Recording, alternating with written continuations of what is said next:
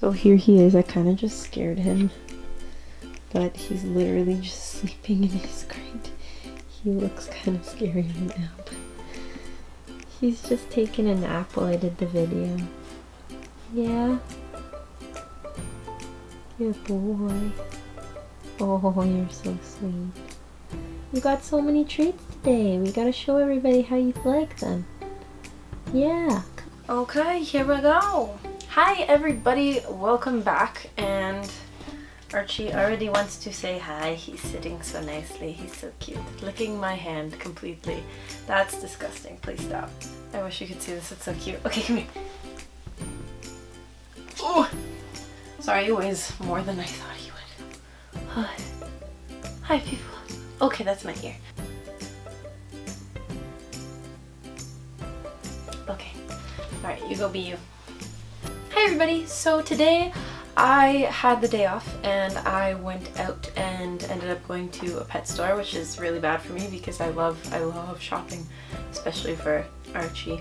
It's a lot of fun. So I went to my local pet store and got a few small tiny items, just a bit.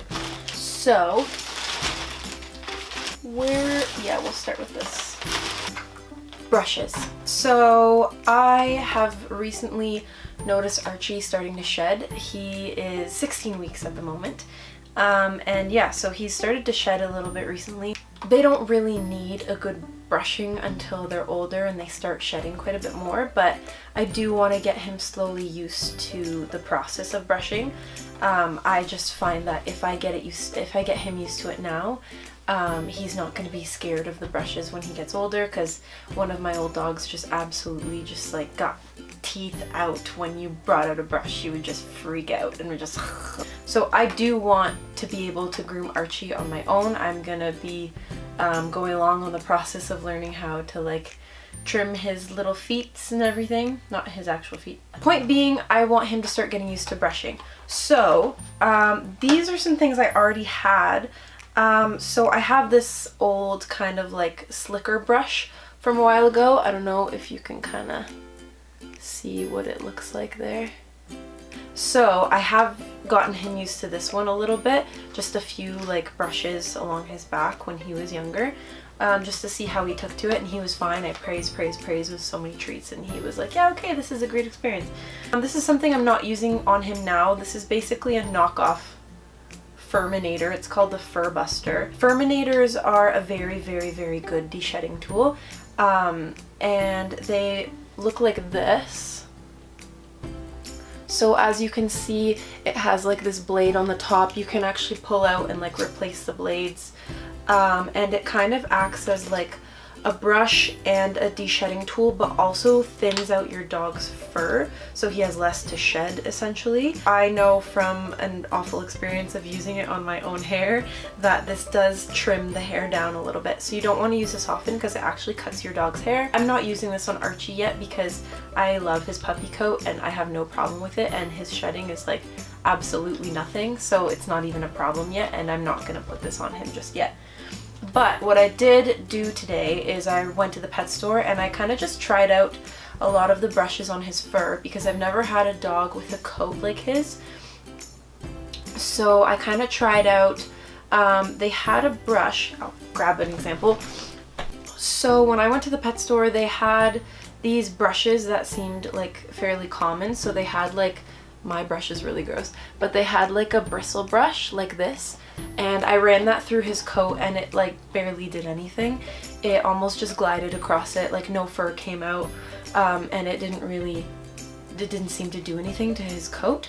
So I was like, okay, maybe not a good choice. Then there was this like kind of like a boar bristle brush. I feel like it would work better on a dog that has a very, very fine coat to kind of just shine it out and smooth it out. But again, because he has such a thick coat, he has a double coat, the bristles couldn't even get through his fur because it's just so compact and like there's just so much of it and he's so fluffy. What I did get was a new slicker brush. So as you can see here, I don't know if it'll focus, there we go. I got this because it was on sale. Yeah, it's kind of hard to see, but that's the brush that I picked up for him. I ran a brush like this along his coat, and so much of all that shedding just came out into the brush. So I thought this would be a really good thing to use on him now. And I already know I like the slicker brush being used on him. It works well with his coat, and it gets in there and kind of really smooths out when his fur looks a little bit more clumpy. I just run it along his fur and it just gets all fluffy all over again. It's cute. Then I got this Grip Soft undercoat rake. Now I had no idea. I really had no idea what this was when I first saw it. And I was like, okay, that looks really scary and really weird.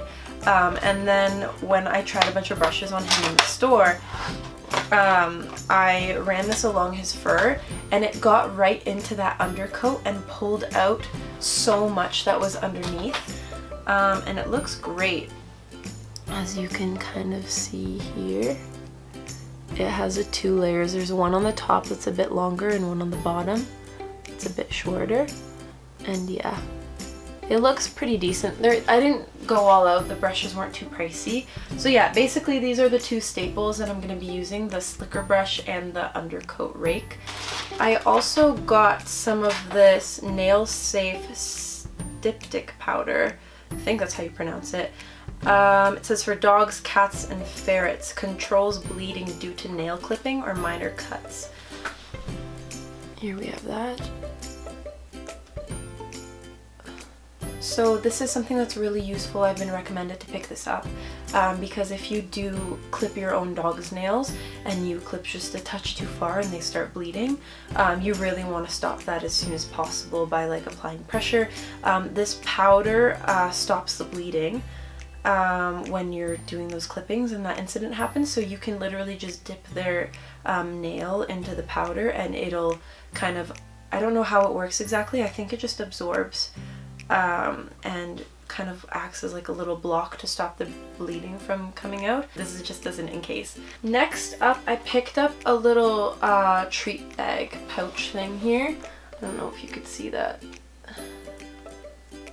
Here we have that. So it has like a little drawstring that kind of seals up this top part, so you can open it up and like get your treats out and like have quick access to them. And then when you're done, like when I'm gonna pop them back in the car and we go home, you can just seal that up and close it and it's fine to travel. I'll probably like load this up with treats and then like keep it in my car or something. Plus I basically just have like dog treats in like all my pockets of like every jacket I own, so it'll keep things a little cleaner for myself. I really like this one because the other ones had like this drawstring at the top that you had to like get around to get a treat. This is like bang, bang, great. Yeah, so even this front has like a little front pouch that you can probably stick like poop bags and stuff in here, and it has a little hole at the bottom that you can pull them out through. Yeah, I'm excited to use this. Next up we have some treats here. This is what it looks like. I typically like to have like meat in my products and my treats, so that's my personal preference. So I wasn't gonna pick these up because I saw they look like they don't have any meat in it. Yeah, ingredients, it says sweet potato, dried citrus pulp, cinnamon, and coconut oil. So I was okay with grabbing these because it is limited ingredients. I know what all these things are, and they were on sale. I was at the cash and the girl was like, hey, we have these on sale for like $5 a bag. I was like, sure, I'm down for a sale. Aha, this is the big thing I got. Archie is on a raw diet, so I want to get him something that looks very natural and more like the kind of treats that we prepare for him and stuff. Now this is Pure Bites pork jerky something something something. There's only one ingredient and there's no glycerin, which they advertise. And I love stuff like this. It literally on the back is just like ingredient pork cartilage. Yeah, so I'm excited to give him one of these. This is going to be more of an occasional bigger treat. I love Costco. Costco, if you don't know what it is like a wholesale business store. You have to buy a membership to go, but it's definitely worth your money. Basically it's known for being a place where you can just buy things in bulk and it's a lot cheaper. So they have a dog section, and they have these Chew Masters liver bites here. And this is a 500-gram bag. I saw it today at my pet store at Ren's for $21 for this bag. And my sister picked this up for me for $15 at Costco. So that's a big difference. So I paid more for this bag, which was 190 grams, than I did for this 500-gram package. And because it is just freeze-dried beef liver, they're all basically the same thing. I do know that the Benny Bullies can get pretty pricey, and so that's roughly like $40 for a 500-gram bag. So I have, this is my holy grail of dog treats. Basically the same thing as the Benny Bullies and the Performatrin. I haven't really looked into the companies to see where they source their ingredients, but they all say 100% freeze-dried beef liver. So there's not really any additives or preservatives or anything that you have to worry about. I just really want to go with the most cost-effective option for that. So that's what I do for treats.